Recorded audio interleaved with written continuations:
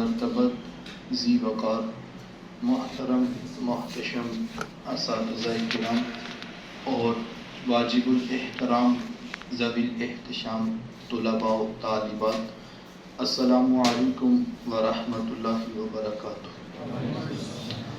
و توفیق باری تعالی مجھے اور آپ کو سیرت رسول کریم صلی اللہ علیہ وآلہ وسلم کے عنوان پر منعقدہ سیمینار میں شرکت کا شرف حاصل ہے۔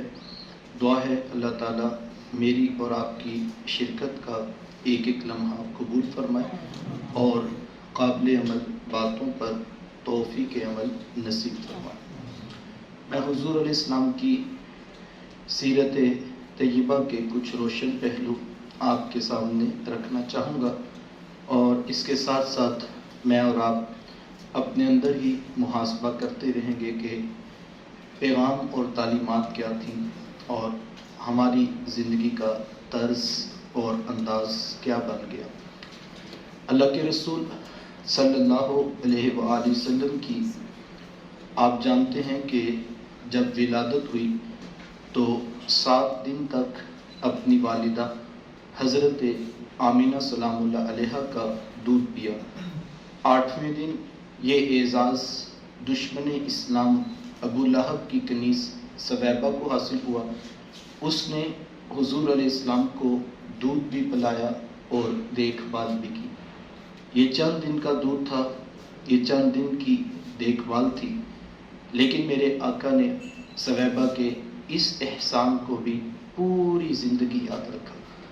مکے میں تھے تو میری ماں کہہ کے پکارا کرتے، اور جب مدنی دور آیا تو یہاں مدینے سے ان کے لیے کپڑے بھی بھجوایا کرتے اور رقم کا بھی بندوبست کیا کرتے۔ یہ ہے شریعت، یہ ہے سیرت جو میرے حضور لے کر آئے۔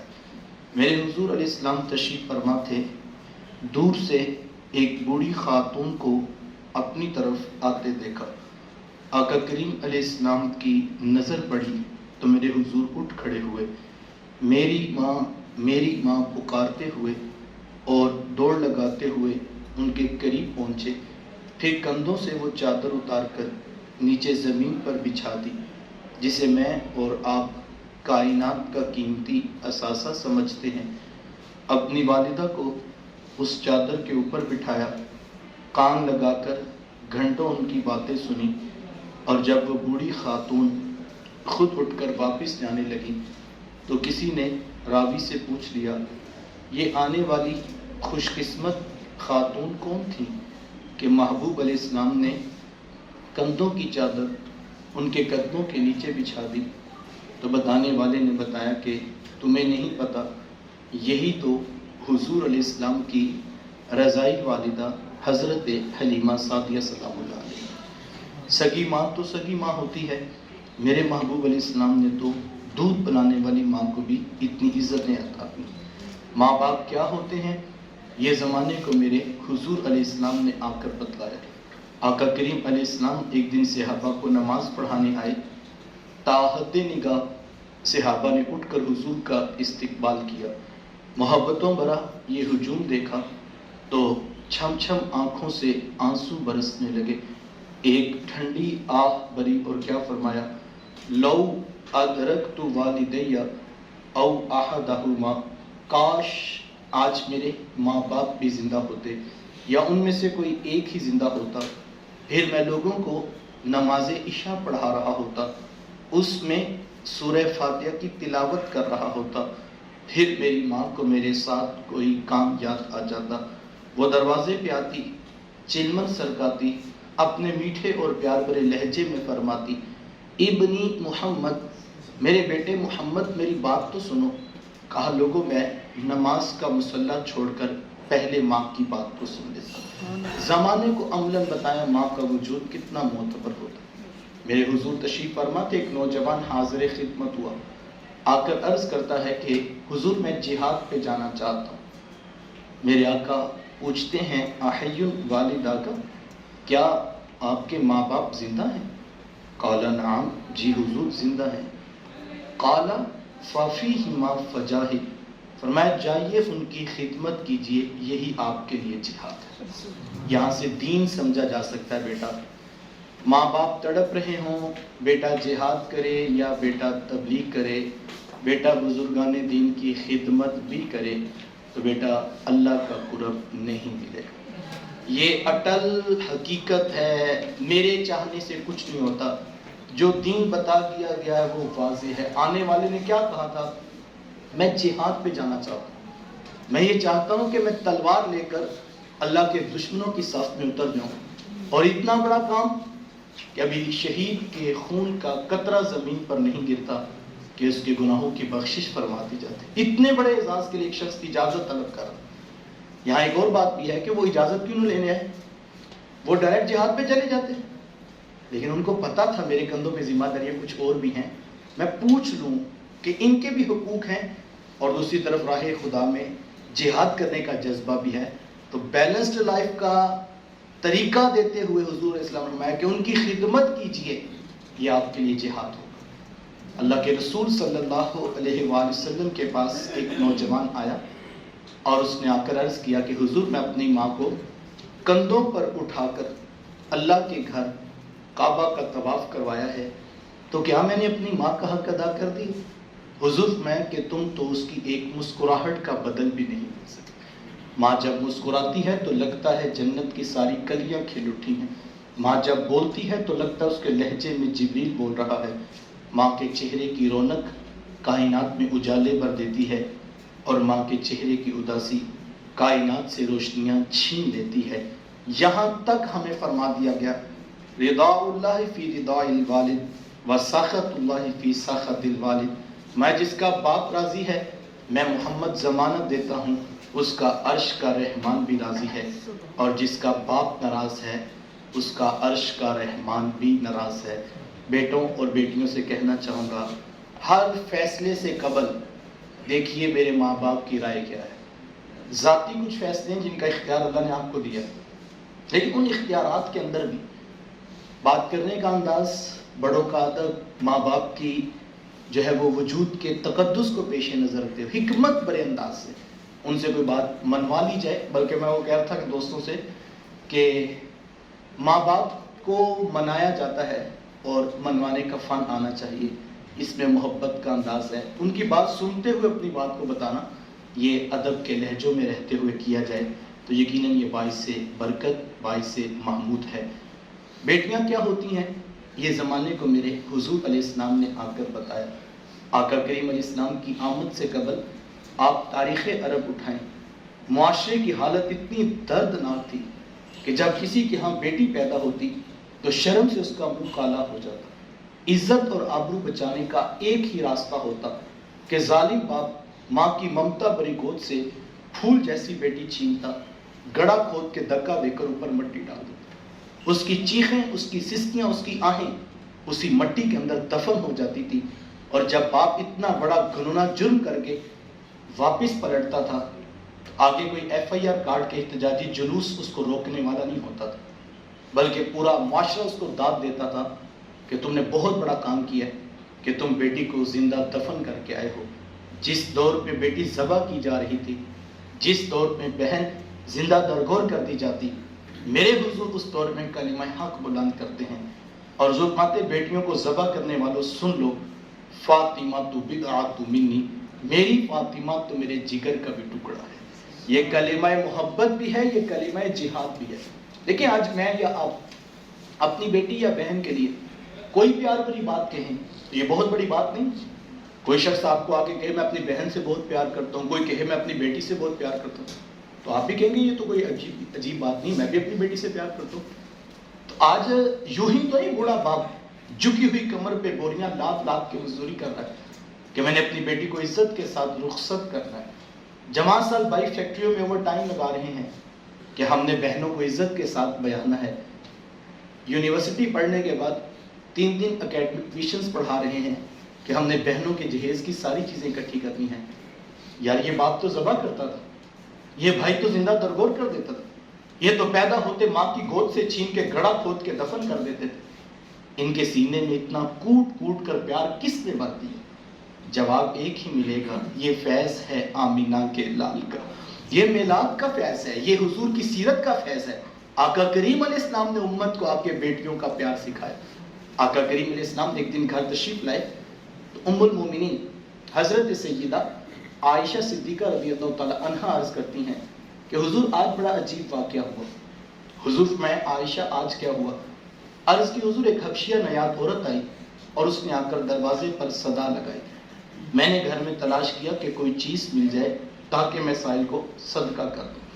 تلاشی بھی سیار کے بعد مجھے صرف ایک کھجور ملی اور میں اس کو وہی صدقہ کر دی۔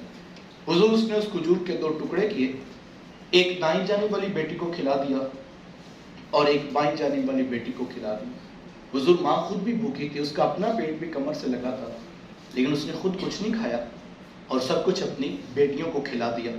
یہ کہتے کہتے ام المومنین آپ دیدہ ہو گئی، آنکھوں میں آنسو آ گئے۔ تو حضور میں سنو عائشہ، اگر کل قیامت کے دن ان بچیوں کی ماں کو جہنم میں جانے کا حکم ہو گیا تو یہی بیٹیاں درمیان میں آڑ بن کے کھڑی ہو جائیں گی کہ مالک ہم تو اپنی ماں کو جہنم میں نہیں جانے دیں گے، اللہ ان بچیوں کی سفارش قبول کر کے ان کی ماں کو جنت عطا کرے گا۔ کہاں بیٹیاں باعث شرم و ننگوار سمجھی جاتی تھی، کہاں پیدا ہوتی گلا گھونٹ کے دفن کر دی جاتی تھی، اور کہاں کل قیامت کے دن اگر بیٹیاں کہہ دیں گی کہ مالک ہمارے ماں باپ کو جنت عطا فرما، تو ان بیٹیوں کے کہنے پہ عرش کا رحمان جو ہے وہ ان کے ماں باپ کو جنتیں بھی عطا کرے گا۔ خود فرمایا جس کو اللہ نے 2 بیٹیاں یا 2 بہنیں عطا کی، پھر اس نے ان کی پرورش کی، ان کی تربیت کی، یہاں تک کہ ان کا نکاح کر دیا، اور پھر پیچھے سے بھی اس نے خیر خبر رکھی، تو میرے حضور فرماتے ہیں اتنا خوش قسمت شخص ہے کل قیامت کے دن میرے اتنے قریب ہوگا جتنی یہ 2 انگلیاں آپس میں قریب ہے۔ یہ اعزاز، یہ تکریم کس کو ملے گی؟ جس نے بیٹیوں سے، جس نے بہنوں سے وفا کی ہو۔ بہنیں کیا ہوتی ہیں؟ یہ زمانے کو میرے محبوب علیہ السلام نے آ کر بتلایا۔ آپ جانتے ہیں آقا کریم علیہ السلام کی نہ کوئی سگی بہن اور نہ کوئی سگا بھائی، میرے حضور دودھ یتیم ہیں، لیکن جب رضاعت کا شرف عطا کرتے ہوئے میرے حضور حضرت حلیمہ سعدیہ سلام اللہ علیہا کے یہاں تشریف لے گئے، تو آپ جانتے ہیں کہ ان کی ایک بیٹی تھی جن کا نام شیمہ یا شیمہ بتایا جاتا ہے۔ وہ رشتے میں حضور علیہ السلام کی رضائی بہن لگتی تھی۔ قبیلہ بنو سعد کے رواج کے مطابق شام کو جب مائیں کھانا پکانے لگتی تو بہنیں اپنے بھائی گود میں اٹھا کر باہر کھلے میدان میں لے آتی۔ ہر بہن کی گود میں اس کا بھائی ہوتا اور وہ اپنے بھائی کے حسن کے قصیدے پڑھ رہی ہوتی۔ اگر کسی کے بھائی کا رنگ کالا ہوتا تو وہ کہتی رنگ کالا ہے تو کیا ہوا، میرے بھائی کے نقوش دیکھو کتنے خوبصورت ہیں، اس کی اٹھی ہوئی ناک، اس کی جھیل جیسی خوبصورت آنکھیں تو دیکھو کتنی پیاری لگتی۔ تو وہ نقوش کو معیار حسن قرار دیتی۔ اور اگر کسی کے بھائی کا رنگ گورا چٹا ہوتا تو وہ کہتی جناب رنگ نہیں تو کچھ نہیں، حسن تو ہوتے ہی سارا رنگت میں ہے، میرے بھائی کا رنگ دیکھیے کتنا گورا چٹا ہے۔ تو یہ بحث مباحثہ چل رہا ہوتا اور کوئی بہن بھی ہار ماننے کو تیار نہ ہوتی۔ اتنے میں ایک سمت سے حضرت شیمہ اپنا ویر محمد اٹھا کے لے آتی اور کہتی ذرا میرے ویر کا مقابلہ بھی تو کرو نا۔ تو وہ کہتی نہیں نہیں شیمہ، تیرے ویر کا مقابلہ تو نہیں نا، تیرا تو ساروں کا ہی سردار لگتا ہے۔ کتب میں آتا ہے حضرت شیمہ کا سر فخر سے بلند ہو جاتا اور وہ حضور علیہ السلام کو سینے سے چمٹا لیتی اور دعا دیتی ربنا اب کیلانا محمدہ، شاءاللہ میرے ویر محمد کو نظر نہ لگے۔ آج میں دیکھ رہی ہوں بچوں کا سردار ہے، کل اپنی آنکھوں سے دیکھوں جوانوں کا بھی سردار بنے۔ زندگی کے لیل و نہار گزرتے گئے، حضرت شیمہ کی شادی ہوگی۔ مدنی دور کی کہانی ہے اور اتفاق یہ ہوا کہ جس قبیلے میں حضرت شیمہ کی شادی ہوئی، حضور علیہ السلام کے صحابہ کی لڑائی اور جنگ اسی قبیلے کے ساتھ ہوئی۔ ان کے کچھ بندے قتل کر دیے اور کچھ کو قیدی بنا کر صحابہ اپنے ساتھ لے آئے۔ عرب کے رواج کے مطابق قیدیوں کو چھڑانے کے لیے قوم کے سردار فدیہ اور فنڈ اکٹھا کرنے نکلے۔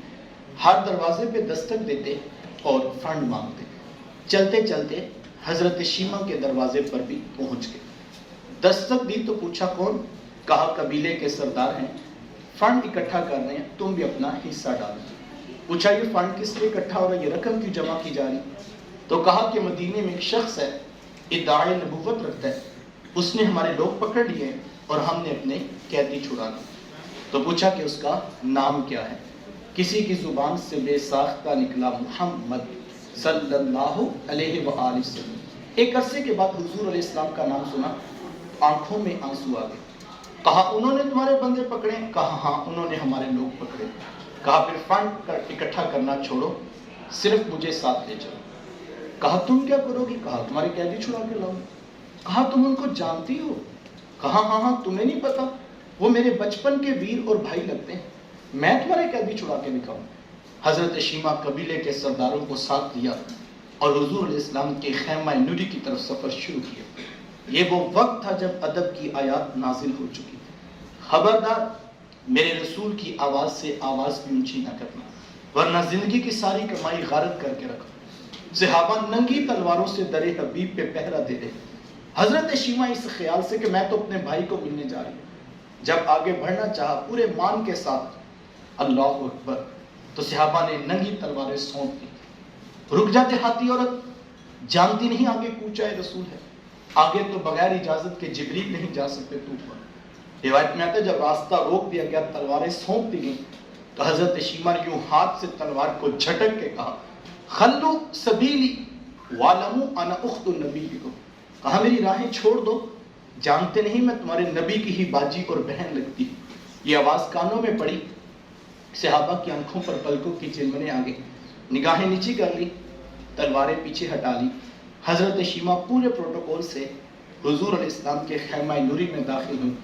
میرے حضور جب دور سے بہن کو آتے دیکھا، حضور اٹھ کر استقبال کیا، مرحبا خوش آمدید پیش کرتے ہوئے فرمایا میری بہن آج کدھر کو آنا ہوا؟ عرض کی حضور آپ کے بندوں نے ہمارے کچھ لوگ پکڑ لیے ہیں، میں ان قیدیوں کو چھڑانے کے لیے آئی ہوں۔ سنو بھائیو، اللہ کے رسول نے کیا ارشاد فرمایا؟ حضور فرمایا میری بہن تو نے آنے کی زحمت کیوں گوارا کی؟ تو گھر بیٹھے بھی پیغام بھیج دیتی، میں محمد تیرے کہنے پہ ہی ساروں کو چھوڑ دیتا۔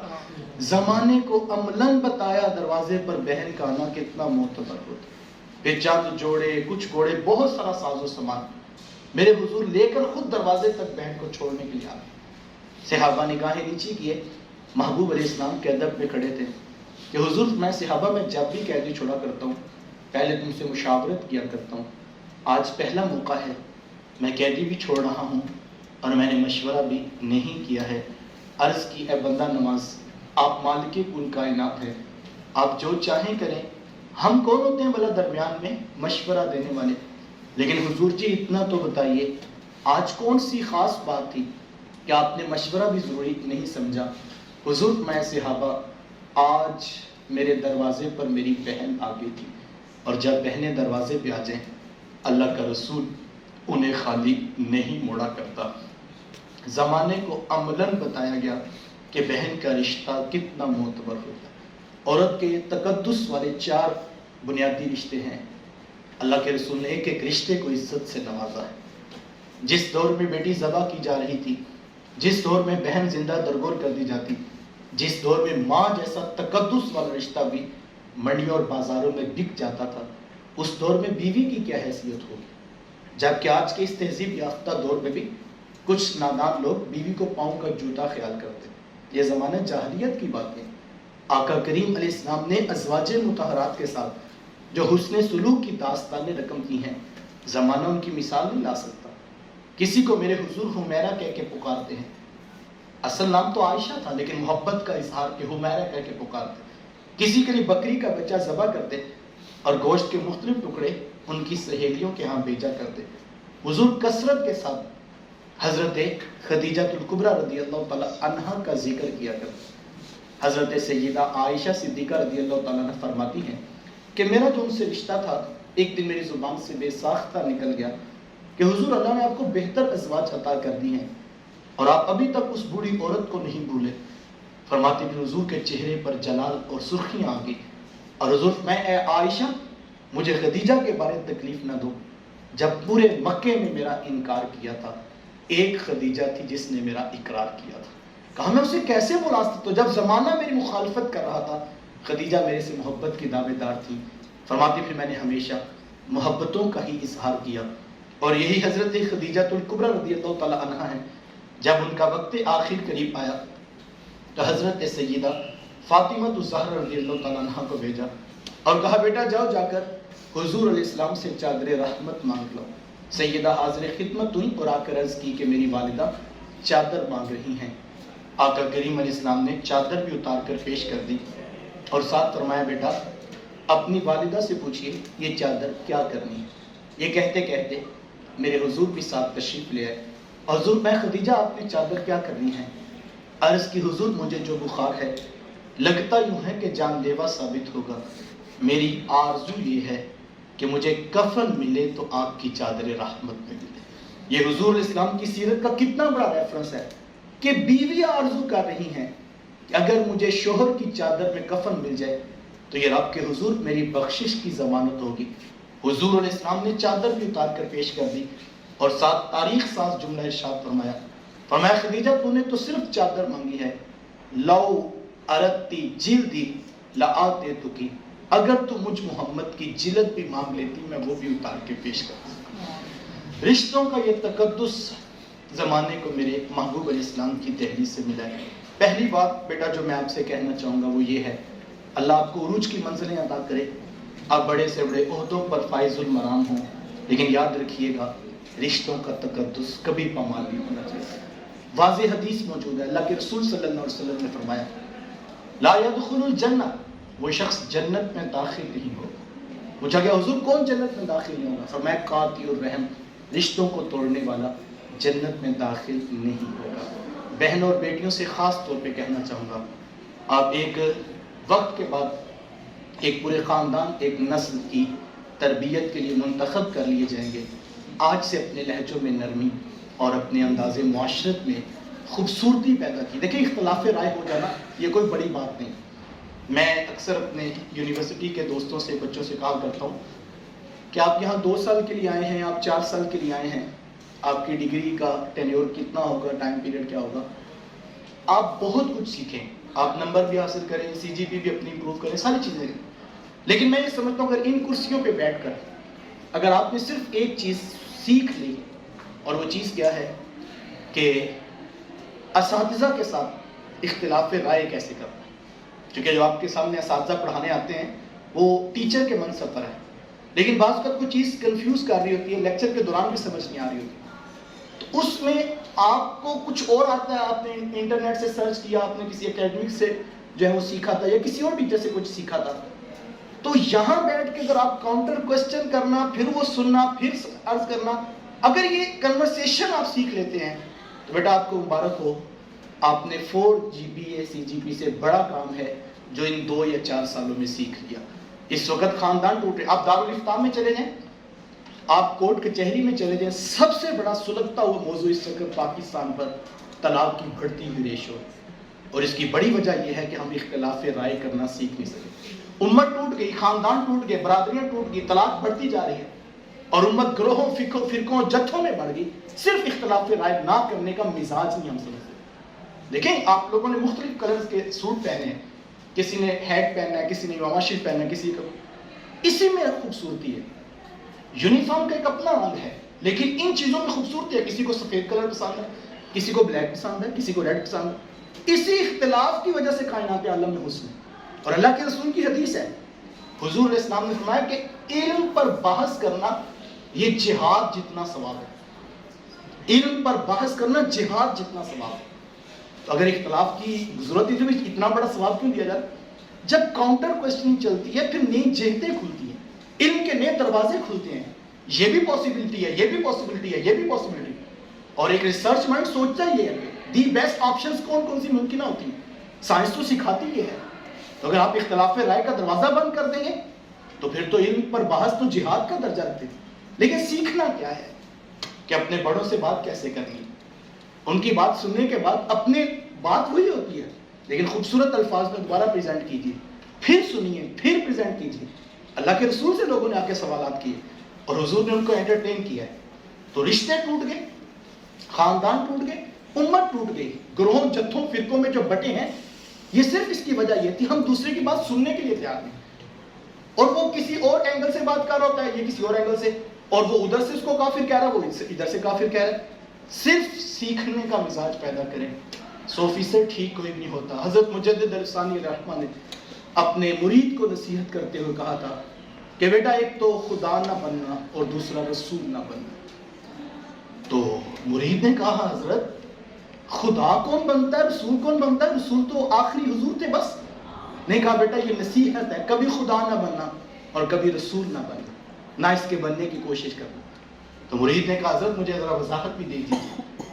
حضرت مجدد الثانی رحمہ فرمانے لگے بیٹا خدا نہ بننے کا مفہوم یہ ہے، یہ صرف اللہ کی شان ہے کہ جو چاہتا ہے وہ ہو جاتا ہے. اس سے نیچے جتنے لوگ ہیں وہ کوشش کرتے ہیں، بعض کا کوشش کے مطابق، بعض کا کوشش کے متضاد ہوتا ہے.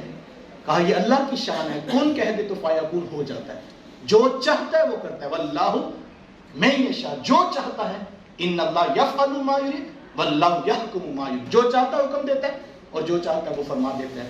یہ صرف اللہ کی شان ہے. بندے کو یہاں کوشش کرتا ہے، کبھی وہ رزلٹ اسے میچ کرتا ہے کبھی نہیں کرتا. اور یہ ایک مومن کو بھی کہا بیٹا خدا بننے کی کوشش نہ. اس نے کہا حضرت یہ بات کو سمجھ آ گئی، رسول بننے کا مفہوم کیا ہے؟ اللہ اکبر، کیسی حکمت بری بات ہے. کہنے لگے بیٹا یاد رکھنا یہ اعزاز، یہ منصب صرف رسول کا ہے کہ اگر کوئی شخص رسول کی بات کا انکار کرے گا تو کافر ہو جائے گا. اس سے نیچے ہر شخص کسی کی بات کا انکار کرے کوئی فرق نہیں پڑتا. رائے ہے اور رائے جو ہے رائے ہوتی ہے. اور صرف بیٹا رسول، یہ نہ کہ بھی تم اس منصب پہ پہنچ جو آپ کی بات کا انکار کرے آپ کافر ہوتے. امت ٹوٹ گئی آج اختلاف رائے کا مزاج نہیں ہم سمجھ سکتے. خاندان ٹوٹ گیا. بیٹیوں اور بہنوں سے اسپیشلی کہوں گا لہجوں میں مٹھاس پیدا کیجیے اور اپنے یہاں پر بیٹھ کر یہ ضرور سیکھیے اپنے اساتذہ سے، اور رائے ہے اس پر دوبارہ رائے لینے پھر سیکھنے کا مزاج پیدا کیجیے. تو پہلی چیز جو ہمیں سیرت سکھاتی ہے وہ رشتوں کا تقدس ہے. دوسری چیز اور میری آخری بات ہے بیٹا، آپ جس کرنٹ ایرا میں ہم گزر رہے ہیں بہت سارے چیلنجز ہیں جو پاکستان اور امت کو دیکھنا پڑ رہے ہیں. اس وقت اشد ضرورت ہے کہ میں اور آپ اپنے حصے کا چراغ روشن ہوں. ایک تو عصری تریم ہے اور دوسرا اپنا کردار ہے. ان دونوں کو میچ کر کے ہم نے اپنے منصب کو حاصل کرنا ہے. کبھی ایسا نہ ہو کہ عصری تعلیم اتنی بڑھ جائے کہ ہمارا کردار پیچھے رہ جائے، اور کبھی ایسا نہ ہو کردار اتنا بڑھ جائے کہ ہماری جو پروفیشنل سکلز ہیں وہ ہم نے اڈاپٹ ہی نہیں کی اور ہم نے حاصل ہی نہیں کیا، جس کے ساتھ گراؤنڈ فیلڈ میں کھڑے ہو کر بیٹل فیلڈ میں ہمیں اپنے حصے کا کردار ادا کرنا. یہ میرے حضور اسلام کی سیرت ہے. کچھ میں نے کہا اصولی باتیں ہیں جن پہ کوئی کمپرومائز نہیں. یہ میرے حضور علیہ السلام کی سیرت ہے. آقا کریم علیہ السلام کا سرے بازار گزرتے ہوئے ایک شخص سے وعدہ ہو گیا. اس نے کہا آپ یہیں پہ رکیے، میں تھوڑی دیر تک آتا ہوں. جانے والا جا کر بھول گیا. 1 دن 2 دن 3 دن گزر گئے. میرے حضور وہیں کھڑے ہو کر انتظار کرتے تھے. 3 دن حضور والا 3 منٹ نہیں، 3 گھنٹے نہیں، 3 دن تک میرے رسول وہاں کھڑے تھے. 3 دن کے بعد اس شخص کا وہاں سے گزر ہوا اور اس کو یاد آیا کہ اللہ کے رسول کھڑے ہیں، میں نے وعدہ کیا تھا. اس نے ہاتھ جوڑ کر معذرت کی، حضور میں جا کر بھول گیا تھا. حضور میں صاحب تو نے ہمیں مشقت میں ڈال دیا تھا. جس امت کو ان کے رسول نے 3 دن تک انتظار کر کے عملاً وعدے کی پاسداری سکھائی ہو، وہ امت پہ اگر وعدے کی پاسداری بھول جائے تو سوچنے کی ضرورت ہے یا کہ نہیں. یہ میرے حضور علیہ السلام کی سیرت ہے نا. کیا آقا کریم علیہ السلام کے گھر کے باہر لوگ تلواریں لے کر کھڑے، خون کے پیاسے ہیں، جان کے در پہ ہیں، اور میرے حضور کو یہ فکر نہیں ہے کہ یہ لوگ تلواریں لے کر میرے دروازے تک آن پہنچے ہیں. میرے حضور کو کیا فکر ہے، ان کی امانتیں میرے پاس ہیں، وہ ان کو واپس کیسے کرنی. پھر حضرت علی مرتضیٰ رضی اللہ تعالیٰ عنہ کو بلایا اور فرمایا علی یہ فلاں بن فلاں کی امانت ہے، یہ اس کو واپس کر دینا. یہ فلاں بن فلاں کی امانت ہے، یہ اس کو واپس کر دینا. کن کی امانتیں واپس ہو رہی ہیں حضور والا؟ جو جان کے دشمن ہے. صرف مذہب کا اختلاف نہیں ہے، اب خون کے پیاسے جان کے دشمن ہیں، لیکن حضور ان کو امانتیں واپس کر رہے ہیں. یا جو ابو جہل کی حمایت میں، جو ابو لہب کی حمایت میں کھڑا ہے اور جانی دشمن بن چکا ہے، وہ اپنی امانت ابو جہل کے گھر میں کیوں نہیں رکھواتا؟ جس کی پارٹی میں ہے وہ اپنی امانت اپنے سردار ابو لہب کے گھر میں کیوں نہیں رکھواتا؟ اس کو بھی پتا تھا ابو جہل تو دھوکہ دے گا محمد سے، مذہبی اختلاف اپنی جگہ پر، محمد پھر بھی دھوکہ نہیں دے گا. یہ ہے کردار کی چمک. یہ ہے بلندی کا معیار جو ہمیں حضور نے دیا. اور ہمارا کسی سگے بھائی سے بھی اختلاف ہو جائے تو ہم کہتے ہیں رجسٹری پہ نام تو میرا ہی لکھا ہے نا, پھر میں دیکھتا ہوں آپ میں سے حصہ کیسے لے کر دیتے. معیار دیکھیں کیا تھا, جو جان کے دشمن ہیں ان کی امانتیں واپس کی جائیں. اور یہی وجہ تھی جب حضرت خدیجہ الکبریٰ رضی اللہ تعالیٰ عنہ کے ساتھ تجارتی معاہدہ ہوا اور میرے حضور تجارت کے لیے مال لے کر گئے. جب واپس تشریف لائے تو نفع اتنا تھا کہ جتنا آج تک کسی نے سوچا بھی نہیں تھا. حیرت میں ڈوب گئی, اپنے غلام کو بلایا, کہا ہم نے بڑے بڑے لوگوں سے تجارت کی ہے لیکن اتنا نفع تو کسی کی تجارت میں نہیں دیا جتنا محمد صلی اللہ علیہ وسلم کی تجارت میں دیا. تو جو غلام نے جواب دیا وہ سننے والا ہے. اس نے کہا میں نے محمد کا دن بھی دیکھا ہے, میں نے محمد کی رات بھی دیکھی ہے, میں نے تجارت کے لیے مال خریدتے بھی دیکھا ہے, میں نے مال بیچتے بھی دیکھا ہے, لیکن اللہ کی قسم اتنے دنوں میں میں نے محمد کی زبان پر جھوٹ نہیں دیکھا. یہ ہے کردار کی چمک. شخص کا نام ہے حضرت حذیفہ بن یمان رضی اللہ عنہ. مکے سے مدینے کی طرف آ رہے تھے, رستے میں کافروں نے پکڑ لیا, پوچھا کدھر جا رہے ہیں؟ کہا میں مدینے جا رہا ہوں. مال بھی لے لیا, سامان بھی لے لیا. کہا ایک شرط پہ چھوڑیں گے. کہا وہ شرط کیا ہے؟ کہا وعدہ کرو کہ تم جو ہے وہ جا کر اسلامی لشکر میں شامل نہیں ہو. انہوں نے وعدہ کر لیا, انہوں نے مال بھی واپس کر دیا اور سامان بھی واپس کر دیا. جب مدینے میں پہنچے تو یہاں سے صحابہ بدر کی تیاریاں کر رہے تھے, تو انہوں نے جلدی جلدی سامان گھر رکھا اور آ کے اسلامی لشکر میں شامل ہو گئے. آقا کریم علیہ السلام تک یہ خبر پہنچی کہ حذیفہ بن یمان بھی تشریف لے آئے ہیں. میرے حضور نے بلایا اور حضور میں حذیفہ وہاں کافروں سے وعدہ کیا تھا نا کہ جا کے اسلامی لشکر میں شامل نہیں ہوں گا. عرض کیجیے حضور میں نے وعدہ کیا تھا. فرمایا حذیفہ پھر آپ یہاں کیوں آ گئے ہیں, آپ واپس چلے جائیے. عرض کی حضور وہ تو کافر ہے. حضور میں ہاں حذیفہ, میں محمد کافروں سے کیے ہوئے وعدے بھی پورے کرتا ہوں. معیار یہ ہے حضور والا, معیار امت کے لیے معیار ہے. ذہن میں سوال تو آتا ہے وہ تو کافر ہے, اس سے کیسی کمٹمنٹ, وہ تو کافر ہے, وہ تو میرے اللہ اس کے رسول کی مخالفت کر رہا ہے, تو واقعی اس سے وعدے کی کیا اہمیت. لیکن حضور فرما رہے ہیں میں کافروں سے کیا ہوا وعدہ پورا کرتا ہوں. امت کو پیغام دینا تھا کہ وہ کافر ہے, تم تو محمد کے غلام ہو.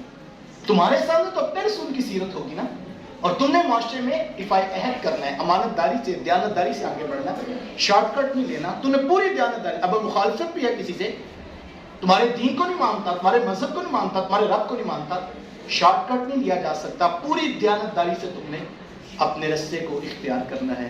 تو بیٹا میں آپ سے یہ کہنا چاہوں گا کردار کی چمک بھی آپ کے پاس ہو, رشتوں کا تقدس بھی آپ کے پاس ہو, اور جو جدید علوم آپ حاصل کر رہے ہیں یہ بہت بڑا اعزاز ہے. اس دور میں آپ لوگ سائنس کے طلباء ہیں, آپ لوگ ماڈرن ایجوکیشن حاصل کر رہے ہیں, یہ بہت بڑے اعزاز کی بات ہے. بس اپنی نیت کے قبلے کو درست کیجئے اور اپنے حصے کا چراغ روشن کیجئے. ہمارے ہاں بہت بڑا المیہ یہ ہے کہ ہم نے جو ہے وہ تعلیم کو بھی 2 خانوں میں بانٹ دیا, اور ہم جو ہے وہ اس جو ہے وہ تقسیم میں الجھ پڑے کہ جناب یہ دین کی تعلیم ہوتی ہے اور یہ دنیا کی تعلیم ہوتی ہے. ایک لحاظ سے دیکھا جائے تو یہ وہ جیسے میں نے کہا نا اختلاف رائے, تو ایک لحاظ سے دیکھا جائے بات ٹھیک ہے. ظاہر بات ہے جو فزکس ہے وہ فزکس کا علم ہے, کیمسٹری کیمیا کا علم ہے, تو اسلامیات اسلام کی تعلیم ہے, تو واقعی جو دین کی تعلیم ہے وہ الگ ہے, دنیا کی تعلیم الگ. لیکن اگر حقیقت میں دیکھیں تو اسلام کا یہ کانسیپٹ نہیں ہے.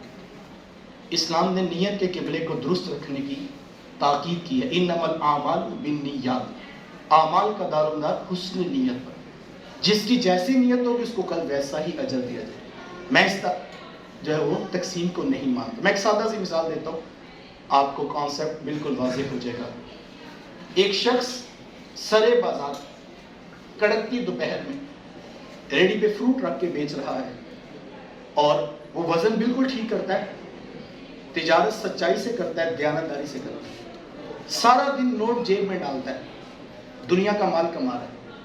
مجھے اور آپ کو نظر آ رہا ہے کہ یہ دنیا کا مال ہے, لیکن میرے حضور پہ اس شخص کو ضمانت ہے, التاجر الصدوق الامین مع الانبیاء یوم القیامہ, سچے اور امانت دار تاجر کا نبیوں کے ساتھ کھڑے کیے جائے. وہ دنیا کما رہا ہے, وہ نوٹ کما رہا ہے, مجھے اور آپ کو دنیا دار نظر آ رہا ہے, اور مجھے بتائیں کیا کوئی دنیا دار انبیاء کے ساتھ کھڑا کیا جا سکتا ہے؟ اٹ مینز اس کا کام دنیا داری نہیں, وہ عین دین داری ہے. وہ عین رب کے قرب کا وسیلہ ہے، اس کا وہ رزق جو پاکیزگی کے ساتھ، سچائی کے ساتھ، دیانتداری کے ساتھ اور معذرت کے ساتھ اگر کوئی شخص ممبر پر بیٹھ کر سنت کا جامع سر پہ، سنت کا امامہ باوضو ہو کر چند ٹگوں کی خاطر دین کی آبرو، دین کا نظریہ بیچ دیتا ہے، اب مجھے بتائیے کام تو بہت اچھا تھا لیکن وہ کبھی بھی راہ حق کا مسافر نہیں بنے گا۔ تو کام بڑے نہیں ہوتے بیٹا، کاموں کی نیتیں بڑی ہوتی ہیں۔ اپنی نیت کا قبلہ درست رکھیے۔ قرآن مجید میں واضح حکم ہے کہ محبوب اپنے غلاموں سے فرما دیجئے جہاد کے لیے اپنے گھوڑوں کو تیار رکھیے۔ اب اس آیت کی اس کرنٹ ایرا میں کیا تشریح ہوگی؟ کیا کوئی بڑی عالی نسل گھوڑے تلاش کیے جائیں، ان کو بڑا اچھا قسم کا گھاس کھلایا جائے اور پھر ان کی افزائش کی جائے؟ تو کیا یہ اس آیت کی اس دور میں تشریح ہوگی؟ تو پھر مجھے کہنے دیجئے اس آیت کی تشریح کیا ہوگی۔ قرآن سادہ لفظوں میں کہہ رہا ہے، ادھر کہا تھا گھوڑے تیار رکھنا، تو اس کا آج کا مفہوم یہ ہے اپنی نیوکلیئر فزکس کی لیب کو آباد رکھنا۔ اور میں یہاں پر سلام پیش کرتا ہوں ڈاکٹر عبدالقدیر خان کی ذات کو، وہ مرد مجاہد جس نے امت کو وقار عطا کیا، اور پاکستان آج بھی دشمن کی آنکھوں میں اگر چبھ رہا ہے تو اس مرد مجاہد کی دن رات کی انتھک محنتوں کا ثمر ہے۔ تو بیٹا اگر ایک شخص بارڈر کے اوپر رائفل لے کر ساری رات ملک کے دفاع کے لیے کھڑا ہے تو وہ اسلام کا مجاہد ہے۔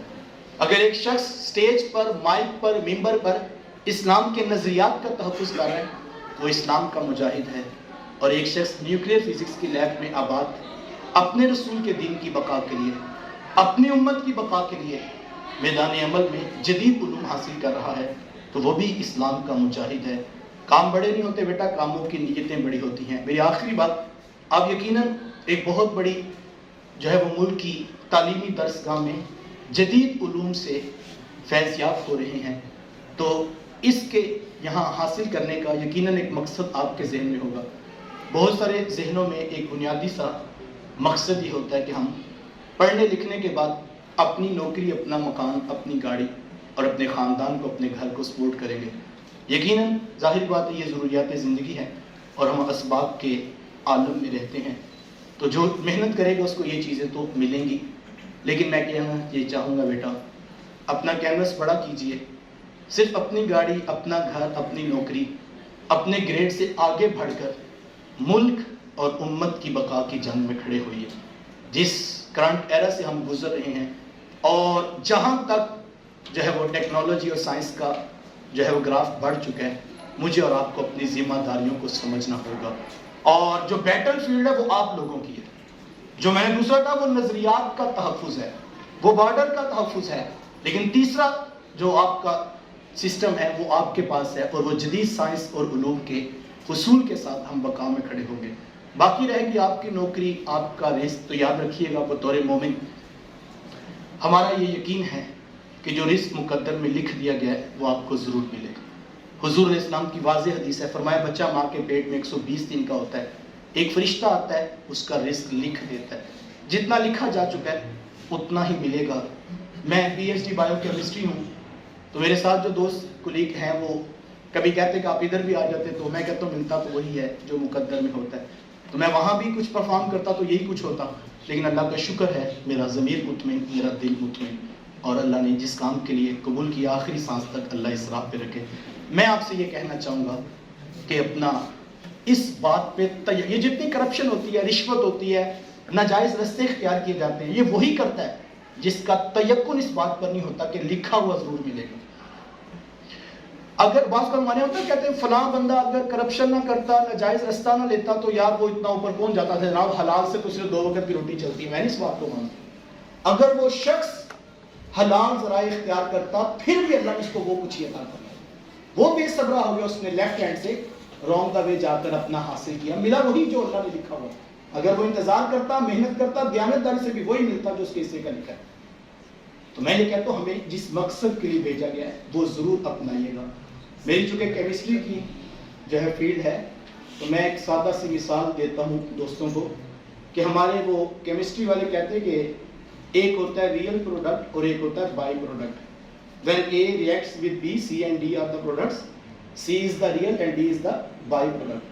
بائی پروڈکٹ کیا ہوتا ہے کہ اے اور بی جب ریئیکٹ کرتے ہیں تو سی بنانے کے لیے آپ ریئیکشن کرواتے ہیں، لیکن میکینزم ایسا ہے کہ ڈی آٹومیٹکلی جنریٹ ہوگا، آپ روکنا بھی چاہیں تو رکے گا نہیں، وہ بنے گا، لیکن آپ جو ریئیکشن کرواتے ہیں وہ سی کے لیے کرواتے ہیں، بائی پروڈکٹ کے لیے نہیں کرواتے ہیں۔ مقصد یہ ہوتا ہے ہم نے سی حاصل کرنا ہے، تو ڈی آٹومیٹکلی بن جاتا ہے۔ آپ کسی کیمسٹ کو لیب میں بھیجیں اور آپ کے یہ سارے ریئیکٹنٹس ہیں یا آپ یہ سارا اکوپمنٹ ہے، آپ چلے جائیں 6 ماہ اور یہ آپ کے پاس میکینزم ہے، آپ نے اس کو فالو کرنا ہے، ہمیں 2 کلو جو ہے وہ سی ریئل پروڈکٹ لا دیجیے، ساتھ ہلکا سا آپ بتا دیتے ہیں ڈی بنے گا بائی پروڈکٹ، وہ آپ کی ضرورت ہے لیب میں کہیں کام آ جائے، ہمیں نہیں چاہیے، ہمیں صرف سی چاہیے۔ 6 ماہ کے بعد کیمسٹ واپس آئے اور کہے جناب یہ دیکھیے 4 کلو بائی پروڈکٹ میں نے بچا لیا، تو آپ پوچھیں گے بھائی ہم نے تو سی ریئل کے لیے بھیجا تھا آپ کو وہاں پر، اور وہ کہ جناب سر دیکھیں یہ بھی تو آخر 4 کلو بچا ہے، تو آپ کہیں گے ہم نے ریئیکشن اس لیے نہیں کروایا تھا، ہمیں چاہیے تھا سی جو ریئل تھا، یہ ڈی تو آپ کی ضرورت ہوگی، کل کو کسی اور ریئیکشن میں یہ ریئیکٹنٹ کے طور پہ آپ استعمال کر رہے ہیں، ہم نے جو بھیجا تھا آپ کو وہ ریئل پروڈکٹ کے لیے بھیجا تھا۔ بیٹا ہم سب بھی بائی پروڈکٹ کے دھیانے لگ گئے، ہمیں رب نے بھیجا تھا، اس نے ریئل پروڈکٹ بیان کر کے بھیجا تھا، وما خلقت الجن والانس الا لیعبدون، ہم نے جن و انس کو پیدا اپنی عبادت کے لیے کیا، اور عبادت کا مقصد صرف سجدہ نہیں تھا، خلق خدا کے کام آنا بھی عبادت تھا، دکھیوں کی مدد کرنا بھی عبادت تھا، یتیماں کی کفالت بھی عبادت تھی، مفہوم وسیع ہے، میں نے صرف وضاحت کر دی۔ تو کل کو کوئی آ کر کہے کہ یہ دیکھیے ہم 4 پلازے کھڑے کیے تھے، یہ دیکھیے ہم 22ویں گریڈ کے افسر بنے تھے، یہ دیکھیے ہم نے 4 گاڑیاں بھی خریدی تھی، ہم لیٹسٹ ماڈل کے جو ہے وہ گھر بھی بنا کر آئے ہیں، تو اس کو یہی جواب دیا جائے گا صاحب یہ تیرا کمال نہیں، ہمارے میکینزم کا کمال تھا، بائی پروڈکٹ تو بننا ہی بننا تھا، اور یہ ہم نے آپ کو تو کہا ہی نہیں تھا، یہ تو ہم نے اپنے ذمہ کرم پہ لیا تھا، یہ تو واضح ہم نے کہا تھا وما من دابۃ فی الارض الا علی اللہ رزقها، کہ زمین پہ چلنے والا کوئی چوپایا بھی ایسا نہیں جس کے رزق کی ذمہ داری تیرے رب کے ذمہ کر رکھنا۔